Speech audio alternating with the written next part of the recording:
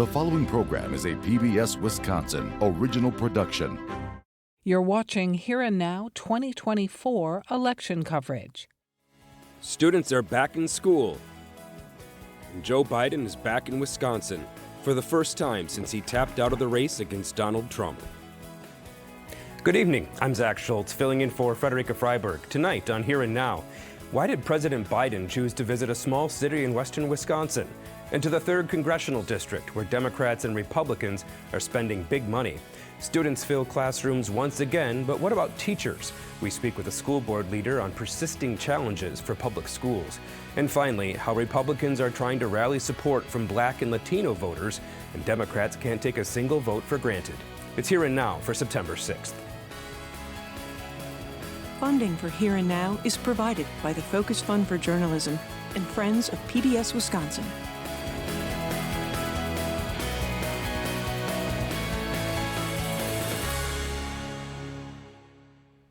President Joe Biden visited western Wisconsin yesterday in his first visit to the state since dropping out of the presidential race more than a month ago. Here and Now reporter Aditi Debnath was there. Nestled in the heart of Wisconsin's Driftless area, the city of Westby could be considered an unlikely place for a visit from the President of the United States. But Westby, population 2,300, welcomed President Joe Biden to the Vernon Electric Cooperative all the same. Hello, Wisconsin. This marks Biden's first trip to Wisconsin since dropping out of the presidential race and endorsing Vice President Kamala Harris for the job. Vice President Kamala Harris fought like hell for all of you and for the future worthy of your aspirations. The visit is part of the president's efforts to highlight his Investing in America agenda, including new investments into rural electric cooperatives like the one that hosted him. And it includes Dairyland Power Cooperative that will receive $580 million to develop and purchase solar power, wind power, energy storage right here in Wisconsin and all across the Midwest. Just last week, former President Donald Trump held a town hall-style event in La Crosse, just 30 miles from Westby. He used the opportunity to criticize the Biden administration and promote his own campaign. I'm not a fan of his. He was the worst president. Biden also took time to criticize the former president's administration. He left office with the largest annual deficit in American history, $3 trillion. The dueling visits from Biden and Trump highlight Wisconsin's status as a key battleground state. Allison Prash is an expert on presidential campaign strategies. I don't think it's an accident that Biden is the one being deployed to a community 30 miles away from where Trump just was. She says parallel campaign visits are an old strategy, and sending Biden instead of Harris to a rural area was a smart choice. Biden can speak to that community in a way that the actual nominee cannot. In 2020, nearly half of Wisconsin voters came from small towns and rural areas, with a majority supporting Trump. Westby is in Vernon County, which voted for Trump in 2020, but only by a few hundred votes. Biden's choice to visit Westby may be an attempt to narrow this gap. This is becoming a tradition for me. I've come to see Joe Biden every time he's been in town. Voters at the event were enthusiastic about the high-profile visit, especially now that Vice President Kamala Harris is the nominee. Absolutely. We all would have voted for Joe if that was the choice, but this adds more energy, enthusiasm, and a new message instead of same old, same old. Do you think he made a good decision dropping out and endorsing Kamala Harris? I think he did, yes. I was very concerned in the time leading up to that decision that we were really losing a lot of ground. As both parties intensify their campaign efforts in Wisconsin, it's clear that in a tight race, votes in every corner of the state matter in November. Reporting from Westby, I'm Aditi Debnath for Here and Now. President Biden's visit to Westby comes as more eyes are drawn to western Wisconsin and its congressional race. Republican Derek Van Orden won the open seat in a tight race in 2022, but as Election Day gets closer and outside spending continues to grow, Nathan Denzine reports experts predict this year's race will be even tighter. Nobody is taking the 3rd Congressional District for granted in 2024. This is a very competitive district. The road to the White House runs through Wisconsin 3. Am I going to campaign for myself? Absolutely. Other local candidates? Absolutely. The 3rd, which encompasses most of western and parts of central Wisconsin, is the most purple district in a purple state. Every vote is up for grabs. Republican Derek Van Orden is the incumbent after winning the open seat in 2022. He declined multiple requests to be interviewed both in person and virtually for this story, but spoke to a Milwaukee Journal-Sentinel reporter at the RNC in July. If people look at my record and they understand how many hours we put in to craft very solid legislation to help out the third, then they should be voting for me. His supporters point to committee appointments, especially to the House Committee on Agriculture, as proof he's working for residents in the third. I've worked, I don't know how many hundreds, if not thousands of hours getting through a bipartisan farm bill that is a remarkable piece of legislation that's going to help everybody from our smallest farmers all the way to the larger farms. Derek Van Orden is known as this very polarizing figure. Anthony Chergosky is a political scientist at UW-La Crosse. He says the House hasn't done much overall. Basically, Congress has just been trying to keep the lights on. I mean, they've been really accomplishing the bare minimum. Since January 2023, Congress has passed just 43 bills. The bill is passed. In the previous 2 sessions, they averaged about 200 bills passed. How much of this campaign is going to be about the legislative record of Derek Van Orden? We just don't know.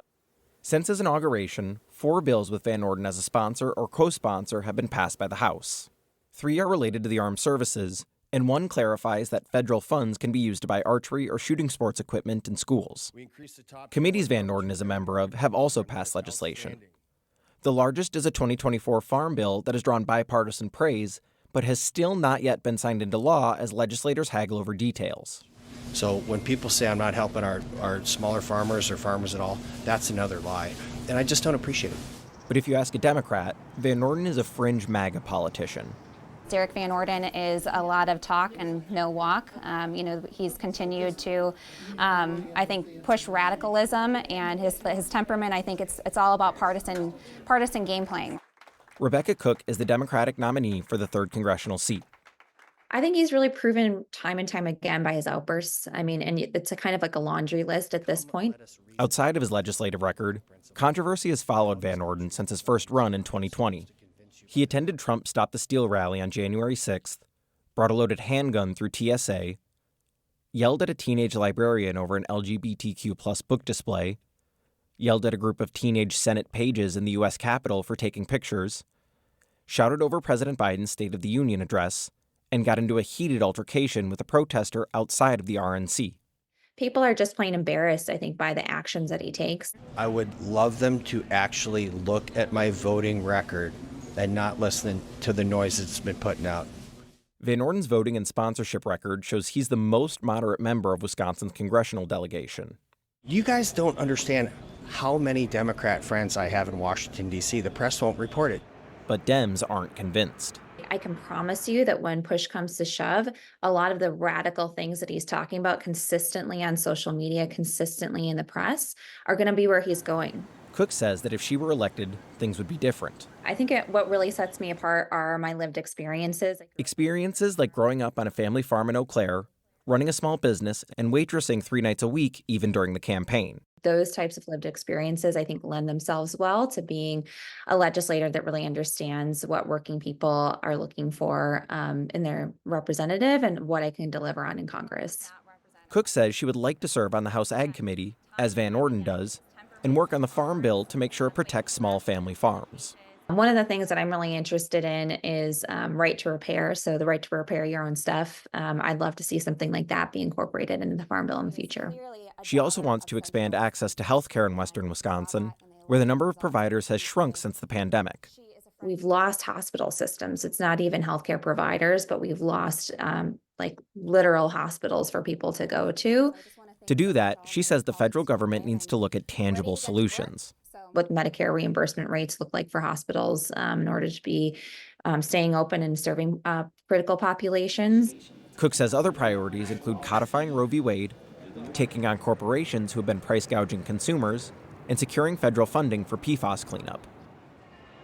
At former President Trump's rally in La Crosse, Van Orden said he also wants to talk about policy. Here in southwestern Wisconsin, honestly, we want to talk about policy. We want to talk about issues. We really don't want to talk about personality. But Van Orden's website, where he lays out his top policy priorities, has not been updated since 2021. His positions include ending COVID-19 restrictions on schools, tax cuts, and, quote, leading with integrity. Van Orden's social media accounts are also light on policy, and PBS Wisconsin could not find a campaign platform or specific policy positions elsewhere. As to how all of this will play out, it's anyone's guess. Can Derek Van Orden continue to emphasize his brand as a political outsider, even though he is now in Congress? And can Rebecca Cook withstand millions of dollars of negative campaigning? Political insiders believe Van Orden still has the inside track, but with money from state and national groups pouring into the race, nothing is certain. Derek Van Orden is a favorite, but not overwhelmingly so. And a lot can happen between now and November to either solidify Van Orden's advantage or to undermine his advantage. For Here and Now, I'm Nathan Denzine in La Crosse. Turning to education, another national figure was out campaigning in Wisconsin and other swing states this week as students stepped back into classrooms. U.S. Secretary of Education Miguel Cardona kicked off a back-to-school bus tour by stopping in Green Bay, Oneida, Milwaukee, and Mazomanie, promoting investments in public education. At a stop in the Wisconsin Heights School District, Secretary Cardona chided private school voucher programs for siphoning money away from public schools, and he highlighted a program that mentors rural high school students who want to become teachers. We know rural communities often are overlooked, and one of the things that we're trying to do is combat that. We want to make sure that we're recognizing that in rural communities there are unique challenges. So recruiting and retaining educators is an area that I wanted to learn more about and how they're solving it. The GROW program that they have here, where they put money together, districts come together to provide scholarships for high school students that want to become teachers so that they can come back into the community, that's brilliant. So we sent a team here to really highlight it. I wanted to hear from educators and superintendents directly today. I did. And that's a perfect example of, I don't think for a second that in D.C. we had the answers. The answers lie here. So when I come to Wisconsin Heights and I listen, I find solutions to challenges that are being felt in other parts of the country. And then I say, hey, go talk to them over there in Wisconsin because they get it. Public education is a great equalizer. I wouldn't be standing as Secretary of Education if it weren't for what the public schools offered me in my hometown.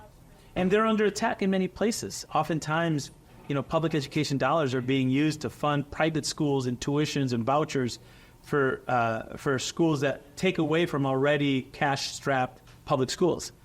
We had to do better.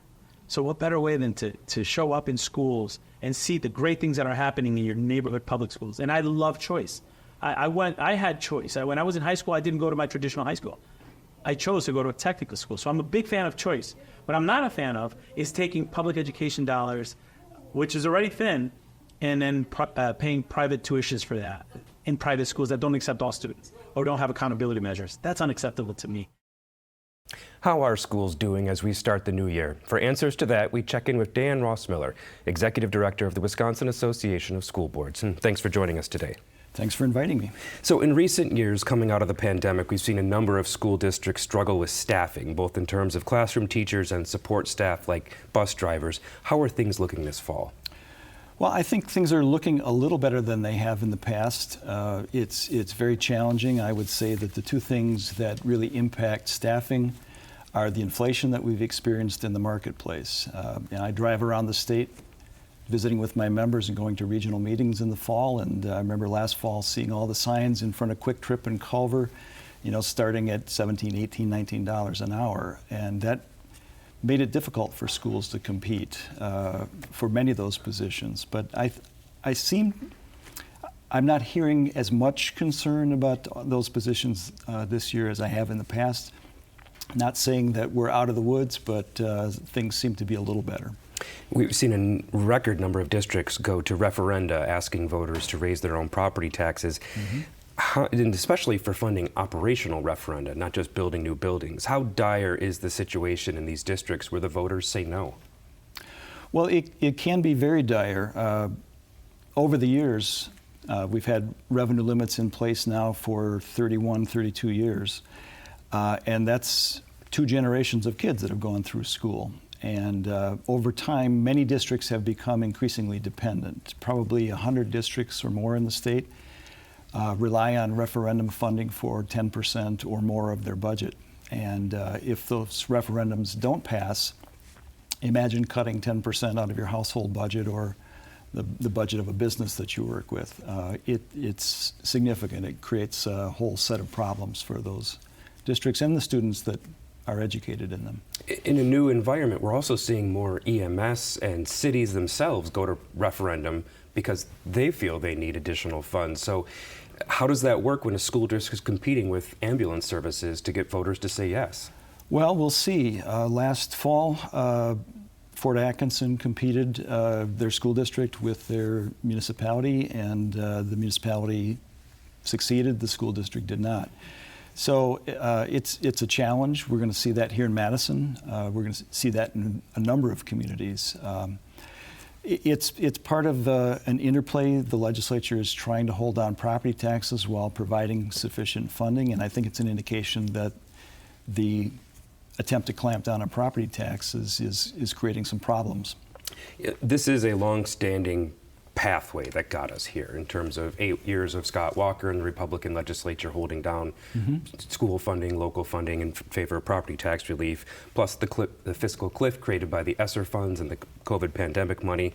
Do you think that the public understands how we got here, or are they just wondering, well, how did this local school district mismanage their budget to be this far in the hole? Well, I think that is a question, and it's a complicated one, so bear with me for a moment. Since the Great Recession in 2008-9 and the changes that Governor Walker made and the legislature made since then, for the first number of years that revenue limits were in place for schools, the legislature made annual adjustments that tried to keep pace with inflation. And they were pretty successful. For the most part, districts were able to keep pace with inflation, maybe even do a little better. Since 2012, the allowable increases, the increases in resources for schools that the legislature has allowed, have been roughly half of the rate of inflation. Chances are in a few years, if inflation continues, you are going to be back asking the voters. If inflation continues and your declining enrollment continues, you almost certainly will be back asking the voters. We've had some districts go to the voters 10 times or more. And part of the reason for that is that it's easier for districts to pass a temporary exception to the revenue limit than it is for them to pass a permanent one. So those temporary exceptions last for 2, 3, 4 years. At the end of that time, those districts find themselves having to come back to the voters or having to make significant cuts in programs and services. So that, in a nutshell, that explains why districts are having to go back to the voters. It's because the resources provided to them, allowed to them by state law, are not keeping pace with inflation. So moving to a slightly different topic, we're in the middle of a very contentious election season. What is your advice to how teachers and administrators should handle politics in the classroom, whether brought up by students or the teachers or parents or anyone else? Well, that's a matter of some delicacy, and I think it's going to vary from district to district. I think those are important discussions that can happen, particularly in our social studies and other classrooms, about how our democracy functions. I think it's a balancing act for teachers not to be telling students how they ought to vote, but educating them about the process, educating them about the issues, what the candidates' differing views are. I think there's a place for that in our democracy. But if you get too much on an advocacy side, one way or the other, I think that is likely to cause problems in the community. The legislature has signed off on an audit of the Department of Public Instruction and how it monitors public school finances, especially in light of the Milwaukee Public Schools budget issues recently. What do you hope to learn from that audit? Well, I hope that we'll be able to learn how we can better help school boards and school districts that have audits that show some red flags. Every school district is required to have a financial audit report filed with the DPI. It's understandable when you have 421 districts and 421 audits being filed. And I think school finance is very complicated. You mentioned the influx of the federal dollars. There were differing standards and uses for those monies according to which of the three tranches of money the school was dealing with. So the accounting for that was complicated. It's not surprising that some districts perhaps struggled with that a little bit. All right, we'll leave it there. Dan Rossmiller from the Wisconsin Association of School Boards, thanks for your time. Thank you for having me. Black and Latino voters will play a key role in who wins the White House. A recent report by PBS NewsHour shows Donald Trump is gaining the support of more black men this election cycle. Merv Seymour has more on efforts to win over black and Latino voters in Wisconsin. We can't survive 4 more years of Joe Biden. We need President Donald Trump. Welcome to the last outdoor rally Donald Trump held in Wisconsin. I just want to begin by saying, hello, Wisconsin, hello. Great state. We've had great success here. What a crowd. What a crowd. And Trump's message is a crowd pleaser here. After we win the presidency, I will have the horrible war between Russia and Ukraine settled. With only a few black and Latino voters in attendance, because if you look at the Hispanic population, the former president talks directly to this minority group of voters who overwhelmingly and traditionally tend to vote for Democrats. Trump is trying to buck the trend with voters of color. But is it working? If you look at the black population, they're voting for Trump. They're voting for Trump. You, look at you. You. Thank you. I like that person right there. Hilario de Leon is the first Latino chairman of the Republican Party of Milwaukee County, and he's the youngest. He passionately works the crowd at rallies like this to ignite enthusiasm for Donald Trump, who he believes offers a lot to black and Latino voters, especially when it comes to jobs and the economy. They feel like that they're being left behind by the Democrat Party. They feel like the party has gone way too far to the left, and they want to just kind of return back to the middle. They may not like his personality, but if there's one thing that they can't say is that he brought us jobs and he put money in our pockets, and we were able to, have, better life under him than under the previous administrations. Antonio Cervantes lives a few blocks away. He tells me he's brought his young son to teach and expose him to politics so he can one day vote with his conscience. I never paid attention to politics. See, I didn't understand it, so whatever they do, it's fine with me. But when you have children or a family, you understand that, wait a minute now, I can't afford paying all this for the gas when it was low, for the food and the eggs when it was low, and now it's high. Why is it high? Sporting his Donald Trump wanted for president shirt, Philip Brookshire is a walking billboard for the Trump campaign. He says he's been supporting Republican candidates since the days of Ronald Reagan. If he could have things his way. I wish more black people would pay attention to their own hearts and stuff, and don't go by the media, and don't go listening because of what their grandfathers and grandmothers said, vote Democrat. Don't do that. Vote for somebody that has ideas that are really out here and do something to help you. To connect with more voters in Wisconsin, the Republican and Democratic parties both have set up offices in Milwaukee's inner city, targeting blacks and Latinos. Gracias por darnos vida, salud y fuerza. Welcome to Milwaukee's South Side. Sin su voto no tienen voz. Without your votes, you have no voice, he says. We have a chance to shape the direction of our nation. Surrounded by symbols of faith and Latin culture.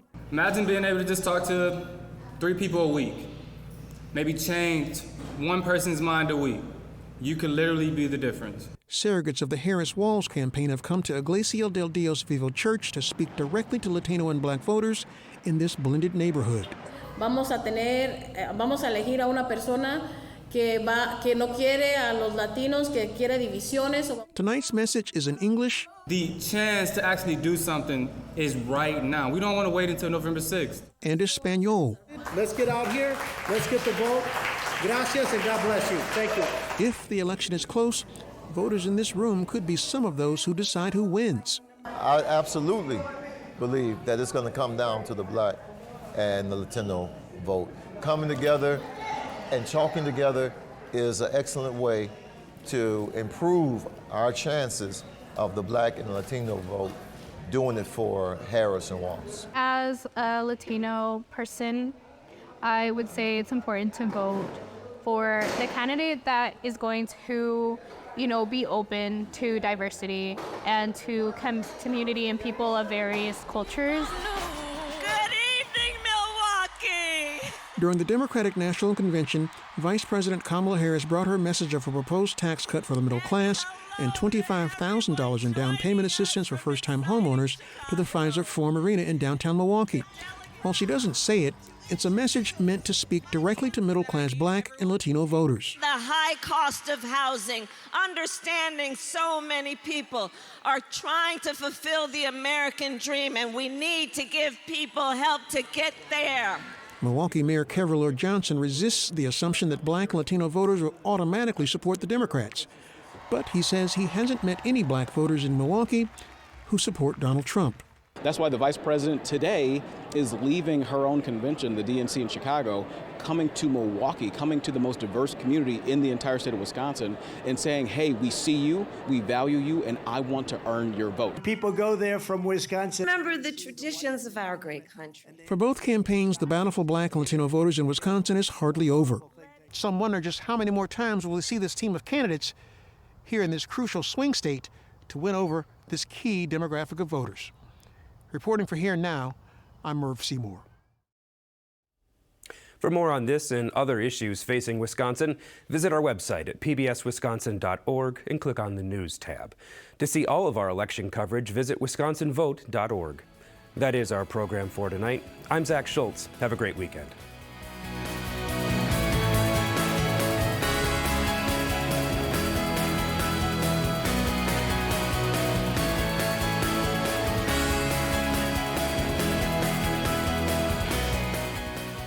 Funding for Here and Now is provided by the Focus Fund for Journalism and Friends of PBS Wisconsin.